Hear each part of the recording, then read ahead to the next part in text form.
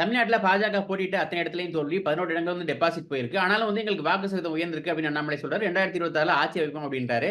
கனிமொழி என்ன சொல்றாங்கன்னா, அண்ணாமலை இன்னியும் பாஜக தலைவரா இருக்கிறது அந்த கட்சிக்கு நல்லதில்ல அப்படின்றாங்க. நீங்க எப்படி பாக்குறீங்க?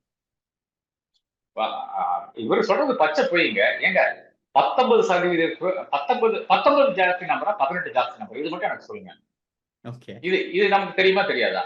18 19 ஜாஸ்தி நம்பர்.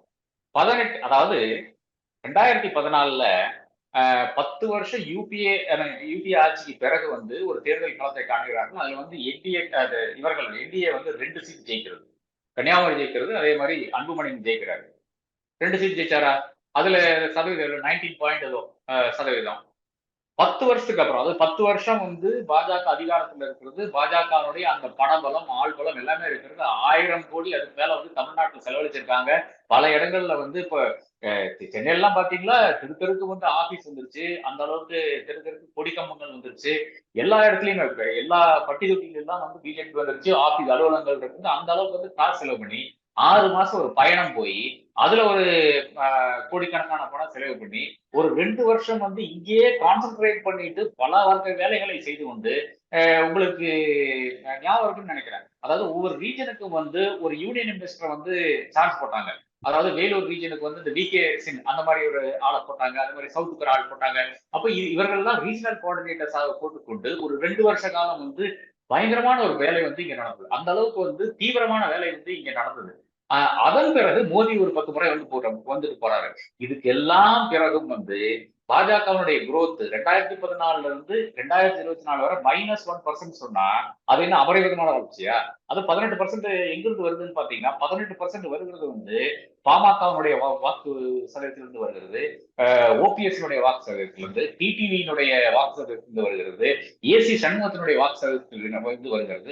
அதே மாதிரி இவர்கள் வைத்த அந்த நட்சத்திர கேண்டிடேட்ஸ் இருந்து வருது, நாயனார் நாகேந்திரன் கிட்ட இருந்து வருது, தமிழிசை கிட்ட இருந்து வருது. இப்ப 12 கேண்டிடேட்ஸ் பாஜகவை பொறுத்தவரையில் ஸ்டார் கேண்டிடேட்ஸ்.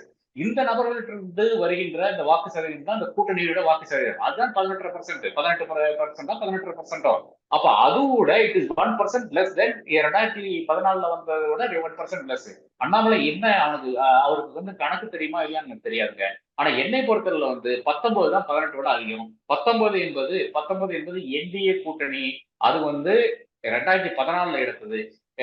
1000 கோடி 1500 கோடிக்கு பிறகு வந்து 18% என்பது என்டிஏ கூட்டணி, பாஜக கிடையாது. என்டிஏ கூட்டணி வந்து 2024 எடுத்த சதவீதம். என்னை பொறுத்தவரை சீமானை விட கம்மியாகத்தான் இங்க வந்து வாக்கு சதவீதம் வாங்கியிருக்காரு என்றுதான் உண்மை நிலையா இருக்கிறது என்றுதான் பாஜகவுடைய உண்மை நிலை. இன்னைக்கும் சீமானுக்கு கீழே தான் இருக்கிறார் என்றுதான் உண்மை நிலையா இருக்கிறது. இது அண்ணாமலை ஒத்துக்கொள்ள மாட்டார். ஆனா விஷயம் தெரியும், அண்ணாவுக்கு தெரியும். இந்த ஃபால்ஸ் நேரேட்டிவ் கிரியேட் பண்ணி இருக்கிறவங்க எல்லாம் திட்டி தீர்த்து அவர்கள் எல்லாம் வந்து டீல்ல இருந்து ஒதுக்குறது தான் இந்த மாதிரியான தலைவர்களுடைய ஒரு வேலையா இருக்கிறது. அதுக்கு நாம் வந்து ஒன்றும் பெருசா பொருட்டா என்ன பண்ணணும்னு பாத்தீங்கன்னா இந்த மாதிரியான ஃபேக்ட் வைத்து நாம பேச வேண்டும். இல்லாமல் அதற்கு பதிலடி கொடுக்க வேண்டிய அவசியம் இல்லை. அவன் யார் அவன் பேசுறதுக்கு, இவன் யார் இவன் பேசுறதுன்றது கேட்க வேண்டிய கேள்வி கிடையாது. ஃபேக்ட்ஸ் வச்சு பேசினால் நிச்சயமாக இவர்கள் எல்லாம் அடுத்த மேட்டருக்கு ஓடி விடுவார்கள் என்றதான் என்ன என்னுடைய அரசியல் இது. நான் வந்து அரசியல் கவர் பண்ணதுல வந்து எனக்கு தெரியுற விஷயம் இதுதான் இருக்கிறது. அதிமுக கூட்டணியும் அத்தனை இடத்துலயும் தோல்வி சந்திச்சிருக்கு. 7 இடத்துல டெபாசிட் போயிருக்காங்க. சில இடங்கள்ல பாஜக வந்து அதிமுக தாண்டி போயிருக்காங்க. கன்னியாகுமரி, விளவங்கோட்டுல வந்து நாம் தமிழரே அதிமுக தாண்டி இருக்காங்க. சோ அதிமுக வந்து ஒருங்கிணைக்கணும் அப்படின்ற பேச்சுகள் எழுந்திருக்கு. சசிகலா ஒரு அறிக்கை விட்டுருக்காங்க. ஓபிஎஸ் அறிக்கை விட்டுருக்காரு. சோ எடப்பாடி தலைமை வந்து ஒரு கேள்விக்குறி ஆயிருக்கு அப்படின்னு பாக்குறீங்களா? அது எதை நோக்கி செல்லும்னு நினைக்கிறீங்க அதிமுக? அதிமுகல வந்து ஒரு ஸ்டார் கேண்டிடேட் கிடையாதுங்க. அதிமுக வந்து கடைசி 30 நாள் மட்டும்தான் வேலை செய்திருக்கு. அதுக்கு முன்னால வேலை செய்யல. பெருசாக பணம் எங்கேயுமே இறக்கவில்லை.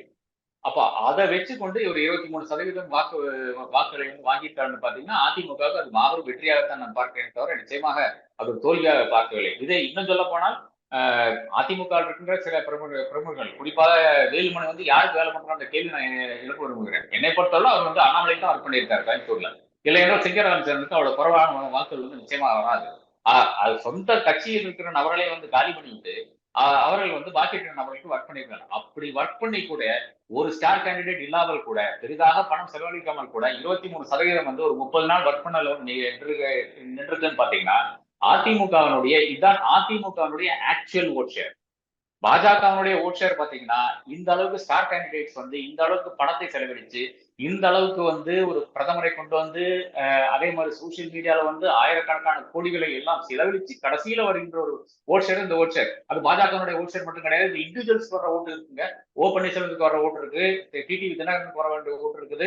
அதே மாதிரி தமிழிசை ஆனாலும் சரி, இல்ல நாயனா நாகேந்திரன் பர்சனல் ஓட்ஸ் நிறைய இருக்கு. ஏசி சண்முகத்துக்கு வருகின்ற பர்சனல் ஓட்ஸ் இருக்கிறது. இது தாமரைக்கு வருகின்ற ஓட்ஸ் கிடையாது, பாஜக வருகின்ற ஓட்ஸ் கிடையாது. இவர்களை நீக்கிருங்க, நிச்சயமாக தாமரைக்கு இந்த ஓட்ஸ் வராது என்று நான் கருதுகிறேன். அப்போ இதுதான் அதிமுகவுக்கும் பாஜக இருக்கிற வித்தியாசம். அதிமுக ஒரு நல்ல ஒரு டஃப் கொடுத்தாங்க நிச்சயமாக 23% என்பது நிச்சயமாக ஒரு 35% இருக்குன்னா எல்லா வாய்ப்புகளும் இருக்கிறது. நிச்சயமாக இது வந்து இப்ப அதிகாரத்தில் கிடையாது. அவங்க ஒரு ஆன்டி இன்கம்பன்சி வந்து நிச்சயமாக திமுக அரசாங்கத்து மேல இருக்கிறது. அப்படி இருக்கும்போது ஒரு 35, 37 என்பது மிக எளிதில் வந்து அதிமுக அடுத்த தேர்தலில் வந்துவிடும் என்று நான் கருதுகிறேன். இல்ல இபிஎஸ் இறங்கி வரணும்னு நினைக்கிறீங்களா? இல்ல அவர் இருக்கிற இடம் அவர் எடுத்துக்க முடிவு சரிதான். அவர் தனியா பயணிக்கணும்னு நினைக்கிறீங்களா?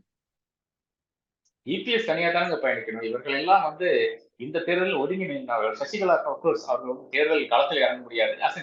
அவர்கள் வந்து போட்டியிட முடியாத ஒரு நிலை இருக்கிறது.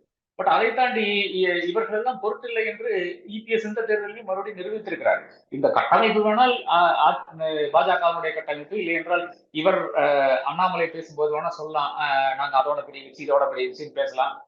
ஆனா அதுல எல்லாம் பொருள் கிடையாது. பொருள் இவ்வளவுதான். 23% 22% கரெக்டா நம்பர் தெரியல எடுத்திருக்கார்கள்.